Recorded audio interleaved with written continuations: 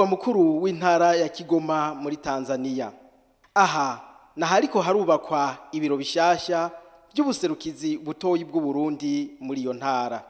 Ibikorwa by'uyu munsi byitabiriwe n'abarundi baje bava mu Burundi, ababa muri iyo ntara hamwe n'abanyetanzania baje kubafata mu mugongo.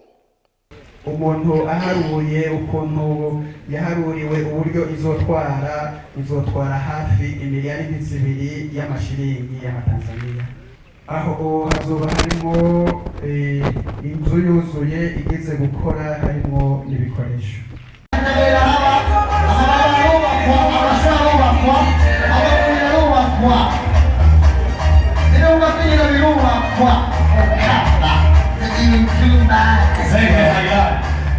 Ku mpande zose abarongoye izo ntara barashima urugero rwo gufashanya biri hagati ya Tanzania n'u Burundi, na cyane cyane muri izo ntara zibiri zihana imbibe. Nkengurukire abatwara Burundi n'abatwara Tanzania umubano mwiza bafitaniye, bica bidufasha twebwe abene kuba twokurikira iyo ntambwe. Uburundi na Tanzania bufitaniye ubucuti kuva kera, ibi natwe biduha inguvu kuba dushobora kubana mu mutekano ntangere hagati y'intara zacu uko ari indwi. Generali Evariste Ndayishimiye na Daktari Samia Suluhu Hassan wa Jamhuri ya Muungano wa Tanzania. Tushimiye urongoye Burundi General na urongoye Tanzania Dr. kwa maono yao ya kutaka kuwafanya wananchi wa Afrika ya Mashariki wawe kitu kimoja. Ingene bashoboye kuja hamwe kugira ngo abenegihugu bose b'umuryango wa Afrika y'ubuseruko babe. Tuko hapa kwa sababu marais wetu hawa wawili wameonyesha nia ya dhati ya kukuza uhusiano wa kidiplomasia kati ya mataifa yao. Turi hano kubera yuko izi ndongozi kwari zibiri arizo zashoboye gushinga umushinga ukomeye wa diplomasi. Ndio maana tunaona leo sasa ujenzi wa ofisi ya kisasa unaendelea kwa kasi. Nico gituma tubona ibiro bya kijambere kandi bigezweho biri ku rwego ruteye igomwe. Hii ni mwanzo tu na ni ishara nzuri kwamba mahusiano yanayokuja huko mbele yatakuwa makubwa zaidi, kwa sababu tayari miundo mbinu ya kuwezesha jambo hili ndio inaanza kujengwa. Aha ni ntabwo gusa akari imbere urumva ko katoroshe.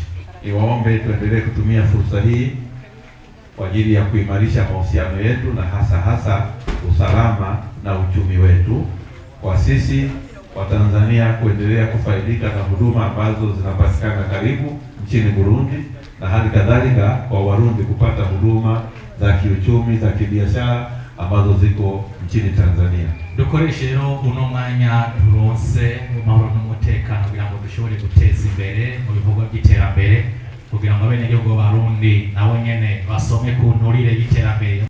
Iyi nyubakwa rero abarongozi bo mu Burundi bashimye ko iba iyakarorero, kuko Kigoma ari nk'umugwa mukuru w'umubano mwiza hagati y'u Burundi na Tanzania. Ujirani mwema. Twaze mu ruhara kugira ngo iyi nyubakwa isuku, kuko igicapo ca mbere twaracase bari bafise igicapo kimeze nk'inzu yo kubamwo. Tubabwira ubushikiranganje bw'imigenderanire tuti bijya bintu tukene iki Kigoma hasa neza, hakaboneka inzu nziza, n'ibyo tuyemeye, kuko ngaho Kigoma uhita kari umugwa mukuru wa Ujirani mwema. Kumva rero ahantu hamaze kwitwa kapitale hagushira mu butobuto. Rero aba engineer bo muri fondation baciye baza barahagendera baracapa igicapo nico muri fondation. Aha murabona hari ibiro imariyo abazoba iri kwiki. Iki rero ni kimwe mu bikorwa tuko turashikako inyuma y'imyaka 20 tuzohimbaza umwaka uza umutekano, umubano mwiza hagati ya Kigoma n'intara bihanuwe mu Burundi umeze neza. Kuva mu 2004 ndi mukuru w'intara ya Makamba, n'ubu tukabana muri kwirikirana kandi tugomba kubibana ibitembere. Ibikorwa by'uyu munsi ishirahamwe ryo mu Burundi Musumba Steel ryaje gitwaje intererano y'isima mu gushigikira ico gikorwa. Nabo mushimire kwanza ubwa mbere umuyobozi mukuru yatumwe kuko hariho na boss wiwe nabona iryo sima bariko barazana imifuko 300 yatanzwe na Musumba rero yadufasha cyane mu bikorwa binyuranye haba muri fondation mu kubaka ikibuga mu gutunga imigwi yacu Tigre Noir na Academy baje umwaka weze igihe haba inama yo kuzana imitahe ngaho Kigoma hanyuma barumva ko twatanguye kubaka ubuserukizi bw'Uburundi ngaho bacavuga bati turakeneye kujayo natwe tutangiye tugira ico dutanze naco bagito kuko murazi iyo umugamba wa leta hari gihe bivaye n'ingene bawutunganije hari gihe bigora guterera kuko barumvikana n'ubaka ingene yubaka n'ivyo akeneye kumva icyo gukora nangene bazashiramwo ifashanya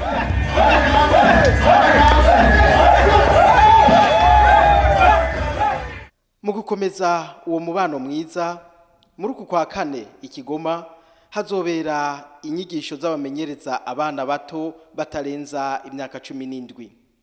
Umunyamabanga mukuru w'umugambwe CNDD-FDD yaciye atanga akaganuke k'imipira 70 ku bana bo mu karere ka Mbeya.